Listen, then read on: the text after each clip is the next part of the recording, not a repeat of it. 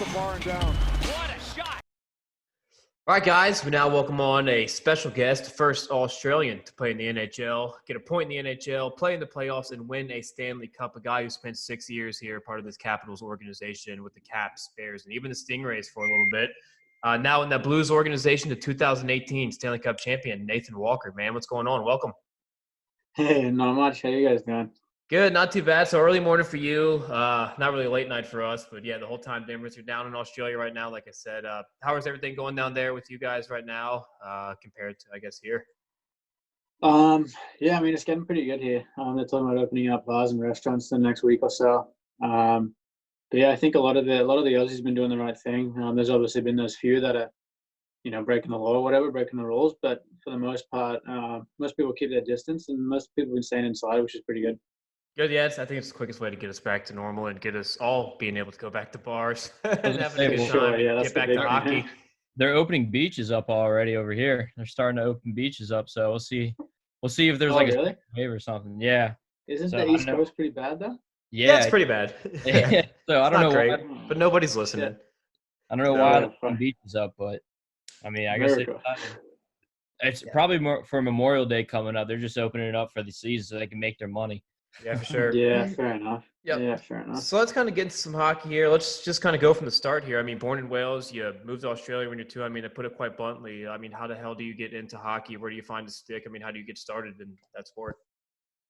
It's just a weird coincidence that my brother and I one day just kind of went to one of the local rinks here, and we just saw some kids playing hockey, and instantly we just thought we wanted to do that, and I just kind of kicked off from there. We both fell in love with the sport, and my brother and I both played for a while, and then I eventually moved to the Czech Republic, and then over to North America. Yeah, so I saw that you mentioned the Czech Republic there. Is that where you played for your U14, U16 years? Yeah. I left. I would have left Czech when I was probably like 18 or so, 18, 19. Okay, so I saw that you were just absolutely body bagging your U14, U16 years.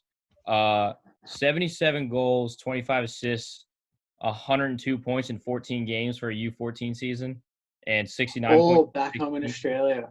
Oh, that was in Australia? That was back home in Australia. Yeah, if that was in Czech, I might have been drafted a bit earlier, but no, that was. I mean, absolutely body bagging these guys, huh? Yeah, that was back home, but I would have been maybe like 12 or 13 or so playing in the under 16s, I think, or the under 18s, something like that.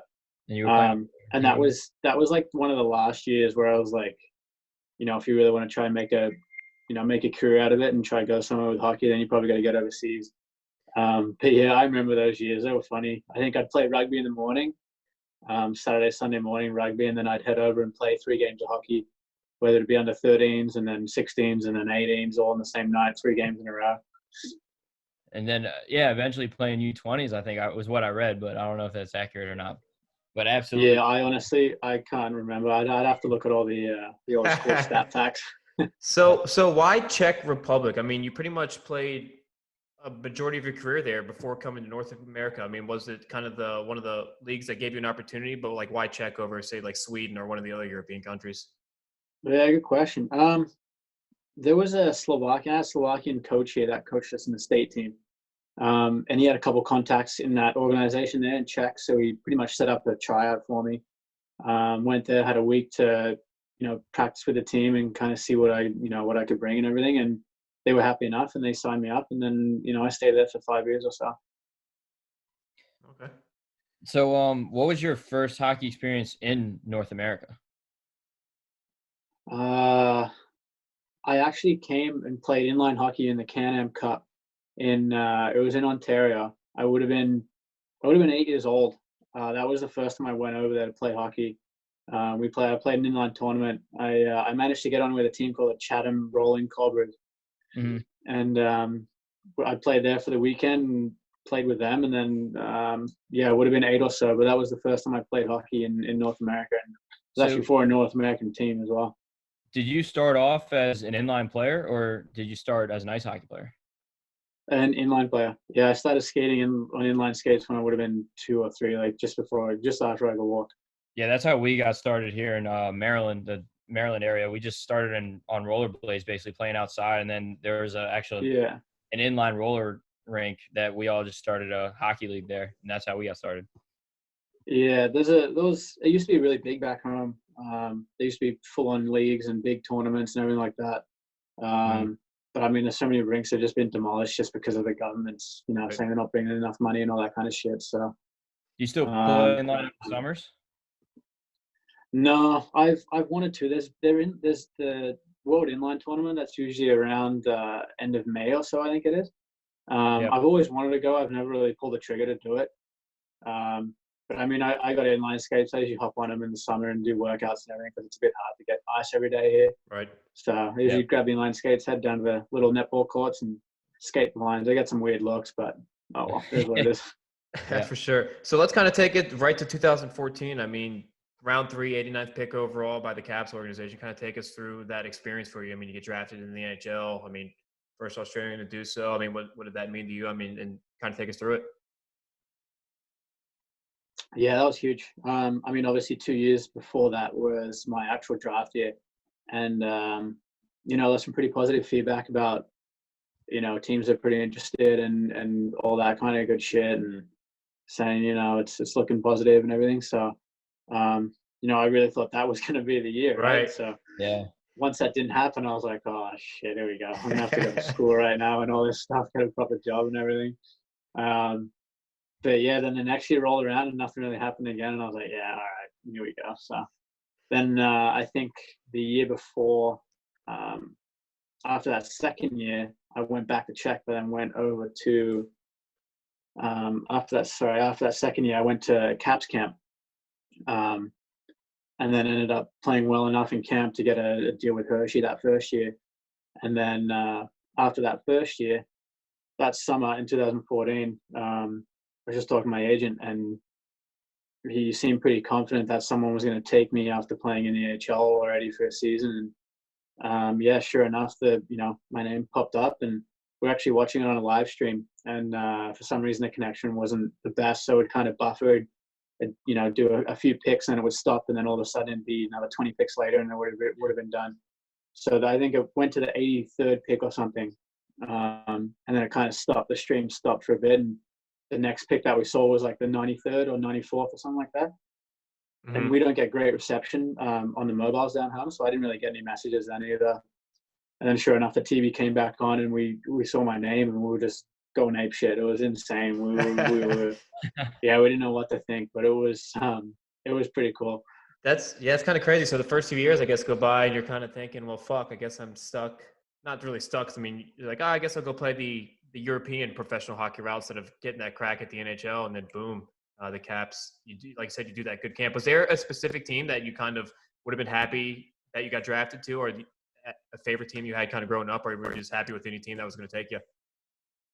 I mean, you're obviously happy with any team that, was going to take you, but I think the Caps organization was, they're top notch, and to be drafted to a team like that with, for them to have myself in their mindsets at that time with the team that they had and the team that they were going to have for the next few years, I think, that's a pretty big honor, I think, to be drafted, especially when they got guys, like Ovi and Beck and Kuzi and all that in the system.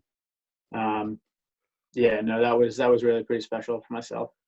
So you spent a majority of your time in Hershey in the AHL. Kind of talk about that organization and, spending the time there. Yeah, it's great. I mean, when I went there, Doug Inks was still there, and I remember chatting to him, and this is when there was only 30 teams in NHL still, and he was saying, yeah, it's a great organization. This is like the 31st NHL team.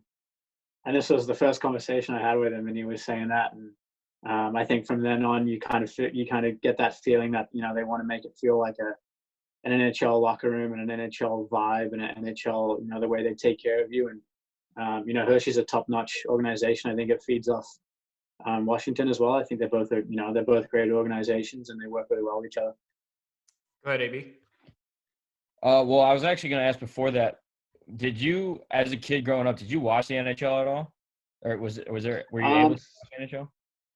I mean, when we went over to North America for tournaments and whatnot, we would grab all the DVDs. You know, Wayne Gretzky, the great one, and the next ones, all the Stanley Cup videos. We'd grab them, we'd bring them home and watch them. But as for games on TV, there wasn't a lot on. It's slowly getting a little bit better now. They're probably airing about 3 or 4 games a week, which is pretty good. Yeah. But when I was younger, when I was in my early teens, there wasn't much on TV in regards to hockey. No, like live hockey or anything like that, is what you're meaning. Yeah, no live hockey at all, yeah. Jumping back to Hershey real quick, something fun. Did you have a favorite ride in the amusement park? I'm sure they had you guys out there. Did you guys go and go out there at all, enjoy it, or how was that? Yeah, definitely. We actually did a few appearances every year, which is pretty nice. So I'd always sign up for those ones. But I mean, there's a couple roller coasters that, make you shit your pants a little bit. But I think I can't remember the name of it, but it's the big yellow one. It's the one you see pretty much when you drive up to Hershey. But yeah, that one's probably the best one. Now, have you ever played for? Did you ever play in the? For Team Australia, or has there been an Australian team that you've played for? Actually got to put that Team Australia jersey on?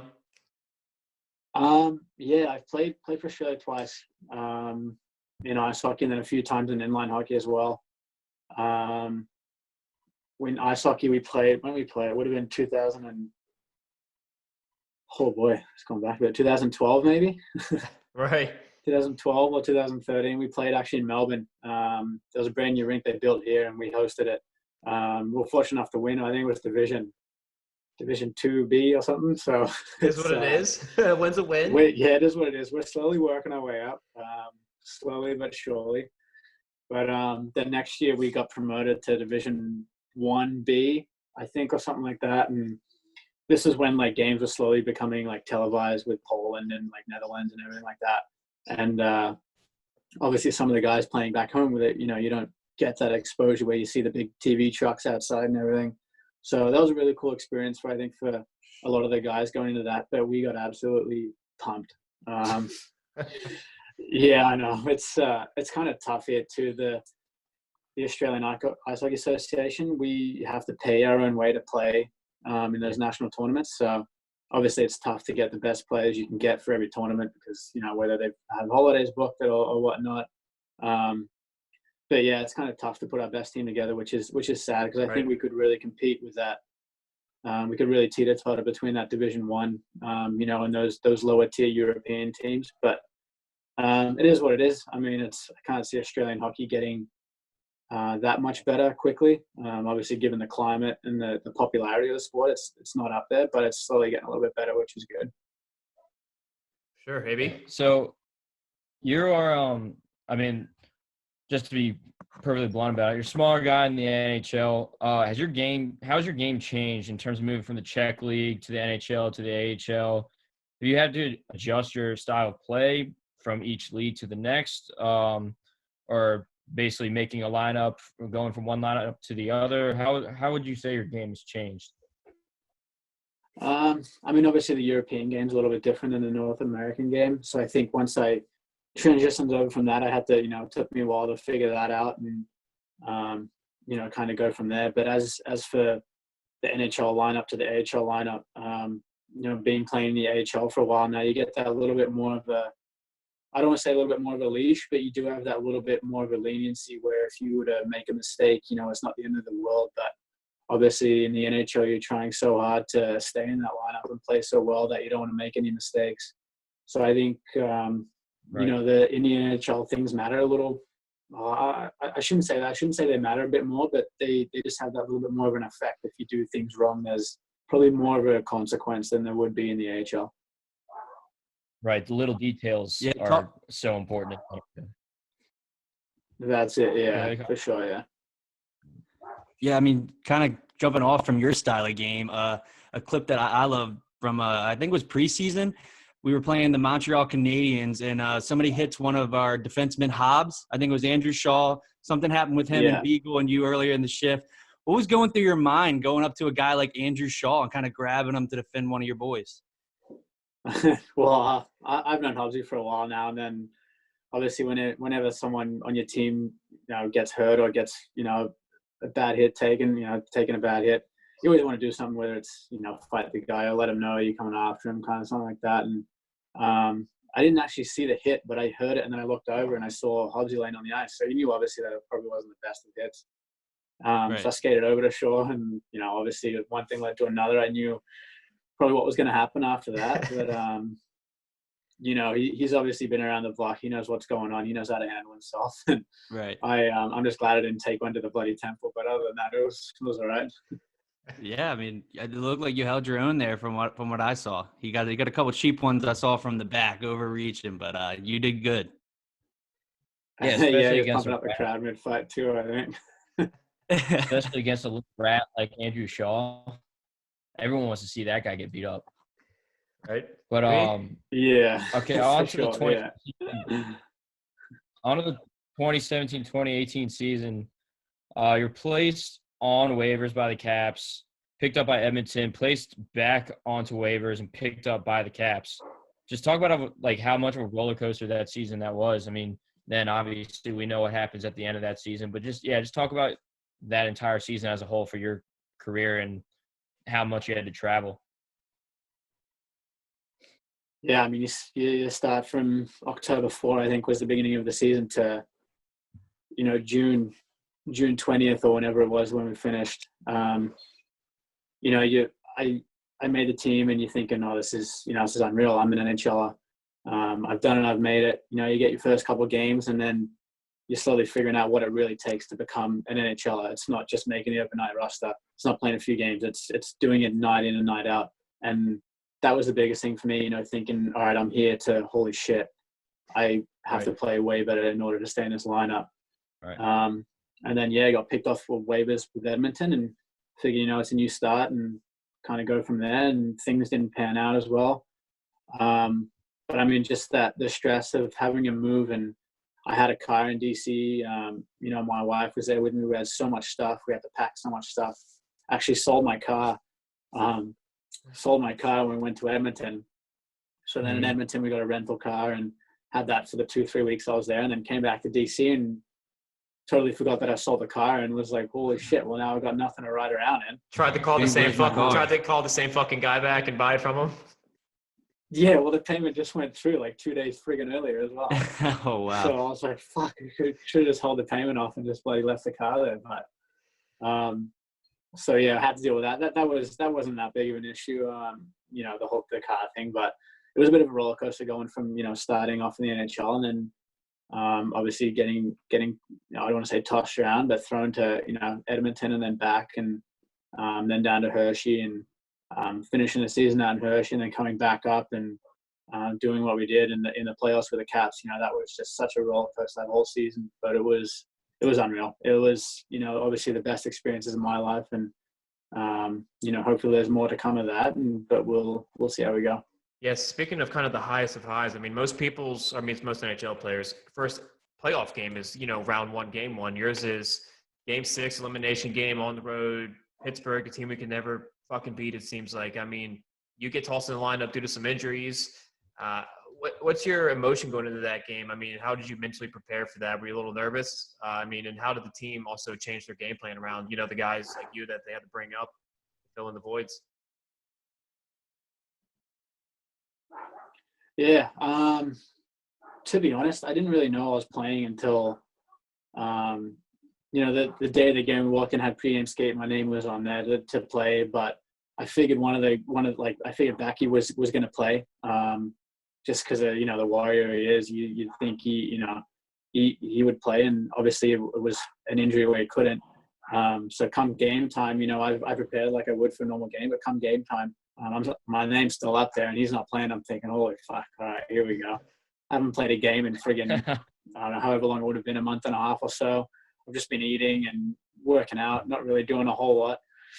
But I just kind of went about business as usual. Obviously the business was a lot higher stakes than usual, but it was good. I mean, the guys on that team were so good about it, and just, whether it was Brooksy or, Carly or O or anyone coming up to me and, just saying it's okay, like just play, don't worry about it. Just don't have the whole stigma of the, game 6 elimination with the Pittsburgh thing. Just go play. And I think hearing that from guys like that definitely helped me. And I know Boyder as well. We were both kind of, after the game, we were both kind of looking at each other, laughing, just thinking, what just happened? We just played in our first NHL playoff game, and it was unreal. It was such an unreal feeling, and I mean, hopefully there's more playoff games to come. Yeah, so that's probably one of the biggest games in Washington Capitals history. Your first playoff game, and you have one of the clutchest plays in the entire playoffs. Puck is chipped into the left on the left wall. You win the race, take it down, give a nice pass out to Alex Chazon. Just take us through that play, like how it kind of developed for you and like what was going through your mind. Yeah, I think Biggs and I switched. I think I ended up in the middle on the regroup, and so he was on the left wing boards, so his stick would have been towards the boards. I mean, that's a pretty simple play that we would do all the time in the Caps. It would go from the D to D up to the boards. You chip it in, you grab it, you wheel behind the net, and then you look for options. So it was a play that we would do every day, and whether it was breaking out the puck or anything like that, just something so simple. And then, like you said, it turns into be one of the biggest goals in Caps history. But it just went D to D up to, I think Brooksy passed it up to Biggs, and Biggs just kind of chipped it into that hash mark area. And I was, fortunate enough to beat that guy and grab the puck, go behind the net. And I mean, Chase had a wicked shot. That short side shot was unreal. But that was insane when that happened. I think a little bit of pressure came off just, knowing what game we were in and everything. And I think it was a lot easier to play after that for sure. Mm-hmm. Kind of talk us through what it was like being a guy that was trying to get into the lineup during that 2018 playoff series. Like, what happens when you didn't get into a game? Were you guys all watching the game together? I mean, I'm sure they put you up in a box. Like, what was that like, and what was going through your mind during that whole run? It was unreal. I mean, whenever you get to watch NHL playoff games live, it's pretty sick. We were fortunate enough to get a box, I think, most games. And you just see so much more up there. And the intensity that the guys bring in playoffs is insane. I've never been to an NHL live playoff game before that year. And it's crazy just how much more, just how much more drive it kind of, you can feel the players, the crowd, the coaches, the refs, everyone's just giving it that much more. It's crazy. You can really tell the energy in the building is just insane. Did you get to interact with the players like during the periods as well, or did you guys just kind of like go off during the game and then come back at the end? Yeah, we wouldn't go down there for the periods. We'd kind of stay out of the locker room, and we didn't want to distract the guys, and we didn't want to distract anyone and be in anyone's way. So, we would just hang out in the box or hang out, in a room somewhere and just go down when the game's done. So kind of speaking off of that, I mean, Game 5 in Vegas, the cup clincher, you guys are in the press box. When do you decide, like, is it after Lars scores, like, fuck, we got to get down to the locker room, we got to get our gear on and get ready to go on the ice? I mean, take us through that. Did you guys, like, was it as soon as that goal went in, you guys just bolted down there and started throwing your shit on, or how'd that all play out? Yeah, I think once Devo scored, because Devo scored to make it 3-3, right? Yeah, Devo scores, and then, Lars gets the winner with, like, 7 minutes left. Yeah, so Devo scored, and we're like, all right, well, we got to get somewhat dressed. Otherwise, if this goes into, there's a minute left and we're not dressed, like, fuck. So we got like half dressed, and then Lars scored, and we were just going nuts. We're in the locker room by then. We're just going absolutely bananas. So we got fully dressed, and then sure enough, we were waiting in the tunnel with a couple minutes left and all that. And that was insane. That whole little part was just so cool and so crazy. Yeah, I mean, you're on the ice, you get to lift a cup. That's got to be a hell of a moment for you. And so it takes you picking up the cup for the first time, and then also what you do or you maybe don't remember from that night partying out in Vegas like you guys did. I mean, as a kid, whether you're in North America or Australia, I think lifting that Stanley Cup over your head is definitely one of the biggest things you could probably do in your hockey career. And granted, I didn't play all the games and everything, but I've still felt a part of that whole experience. And, I obviously didn't go through what all those players went through. I can't put myself in those shoes. But I think just to be on the ice with them and have that opportunity to experience that with them was insane. And to lift that cup was just, you dream of it your whole life. And that was incredible. Yeah, for sure. And then building off that. Go ahead, AB. I was just gonna say, I mean, you were a part of it. I mean, you made one of the biggest, like we said earlier, we meant to play earlier. You made one of the biggest plays and probably the biggest game to get over that Pittsburgh Penguins hump that the Caps just seemed to just can't be able to get over until that game. But yeah, well, yeah. I mean, I definitely felt a part of it. Don't get me wrong. I definitely did. But I don't know. It's hard to explain, I guess. I don't know. It's tough to explain, but I definitely did feel a part of it. But obviously, I wasn't in the mix, I guess. for sure. The blood, sweat, and tears really, I guess, part of it. So after the party in Vegas, you win the Stanley Cup, you party in Vegas, you get back home. Next is the parade. Talk about the parade a little bit. Like, how was that? What time did you guys start getting ready for the parade, and then how that whole experience was just riding through DC? Yeah, that was incredible. I mean, I've never seen anything like that. That many people wearing the red jerseys was just insane.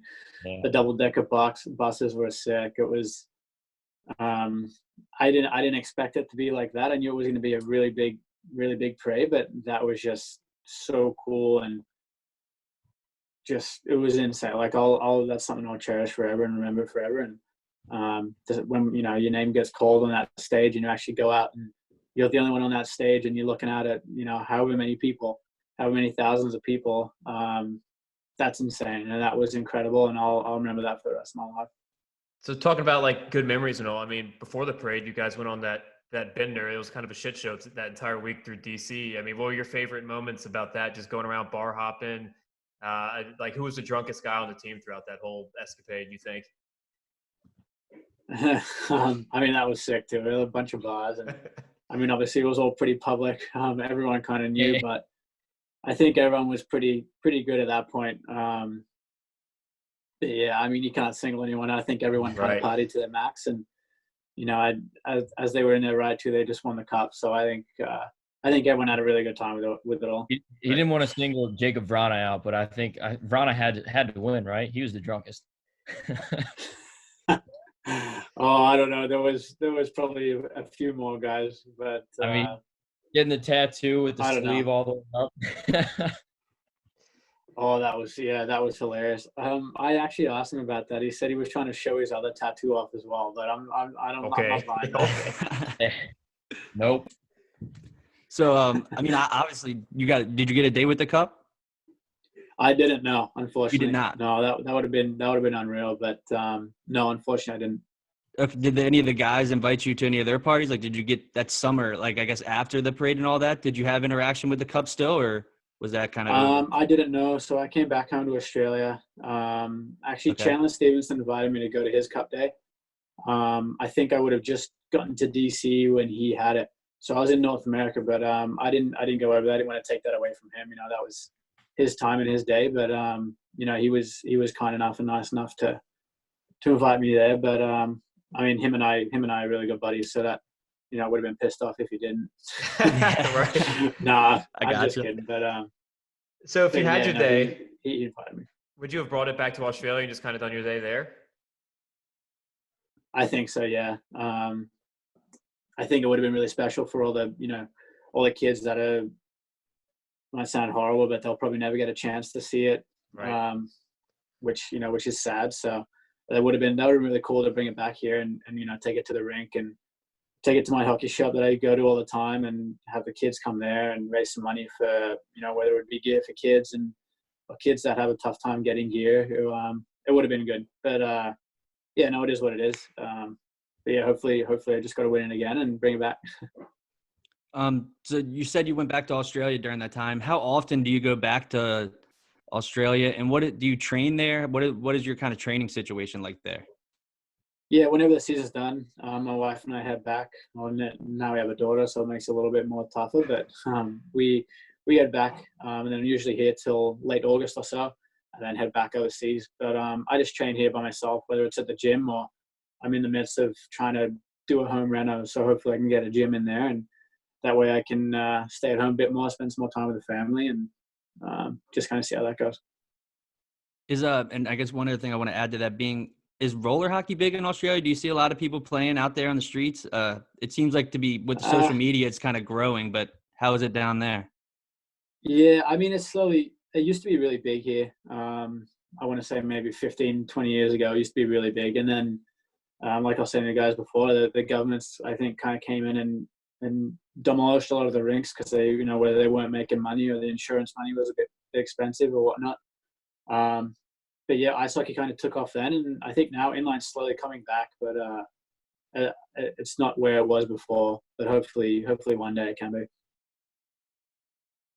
All right, Sure. so now that we're on to the Australian questions, this is kind of an off-the-wall question here. If you could compare your game to an animal, what animal would that be? Does it have to be an Australian one? No, it doesn't You have go to with be. anything. Anyway. I don't know. I've never really seen a honey badger, but people keep calling me, and I'm not quite sure what it is. Just start YouTube and honey badger versus like snake fights, and I think you'll get the idea. Little scrappy bastards. Oh, okay. I looked up some Australian animals. I said maybe a Tasmanian devil. Oh, yeah. Oh, I love the I Taz. think they're extinct now. Oh, are they? You're not extinct. Come on, man. Tasmanian devils. What else? What else is there? What other animals? There's obviously like a shitload of snakes. Oh yeah. Yeah. What's the wildest animal you've ever seen out there? Oh, I've seen a few snakes. Whether I've been bush riding or whatever on the bike, a couple brown snakes. I think if they bite you, you're dead within 20 minutes or so. Yeah. Well, so I guess building off KP's question and AB's question, would it be tougher to fight a Roo or Andrew Shaw? Oh, kangaroo, I think. AB? Those Yeah, things 'cause kick you as well. They stand on their tails and kick you. I was gonna say, Yeah, they got some crazy Australia, boxing they have, videos like, online. They have the wildest animals. Yeah, Or the oh, yeah. most dangerous animals. What's that? So Australia has like the most dangerous animals in the world, don't they? Oh, yeah. Oh, fuck yeah. I mean, if you get bitten by anything here, you got to get checked out. Yeah, There's probably new species of animal here that no one knows about either. It's some sort of hybrid. Jesus Christ. Just lurking around. Yeah, Yeah, it wouldn't surprise me. AB? So did you watch soccer at all as a kid? Not a whole lot. I was more into rugby. I played rugby when I was younger. My old man played rugby, so I just kind of, followed him, I guess, played rugby, and I wasn't into soccer that much. I would, I like watching the highlights, the way they curve the ball and shit. That's unreal. Mm-hmm. But as for watching a whole game itself, I'm not that into it, to be honest. But yeah, I watch a bunch of rugby. Yeah, I Gotcha. saw that your older brother played rugby too, right? Or is he? Yeah, I think he just played in school, just school rugby. Gotcha. So we kind of talked about it before we started recording, but during this pandemic and all, what are you kind of doing to keep yourself busy and kind of stay occupied? I know you got the young daughter and all of that. I'm sure that's keeping your hands full. But are you watching any shows? I mean, we talked about Chris Lilly and his funny shit that's always on HBO. But yeah, what are you doing to stay busy? I mean, obviously, my daughters keep me busy. That's a good 20 hours out of the day. But no, I'm working out, trying to stay a little bit fit.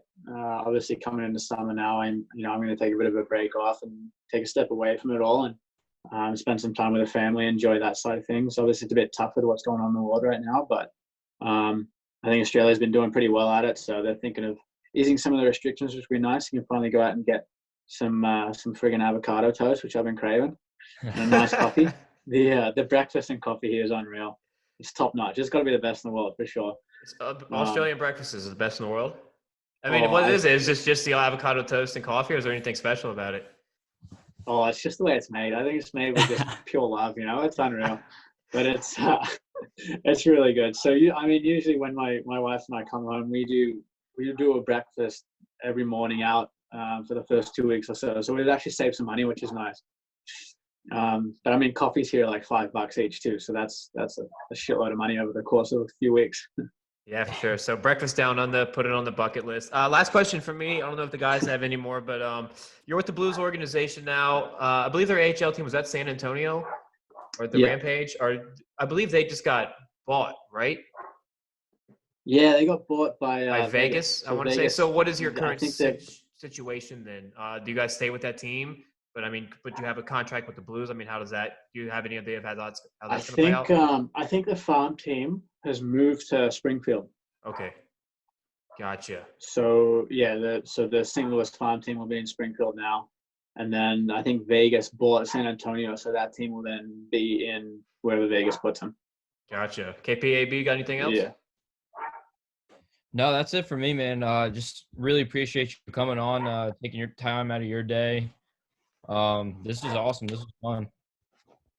Yeah, no, thank you. Thanks for having me. This has been really good. Yeah, hopefully we'll see you around DC sometime. Anybody that's part of that Stanley Cup team is officially labeled a DC legend. So anytime you're in town, beers on us. And Yeah. we wish the best of And luck to all you, the with legends. St. Louis and everything, and the rest of your hockey career, Nate. Bar down. Off the bar. Bar down. Cross bar and down. Off the bar and down.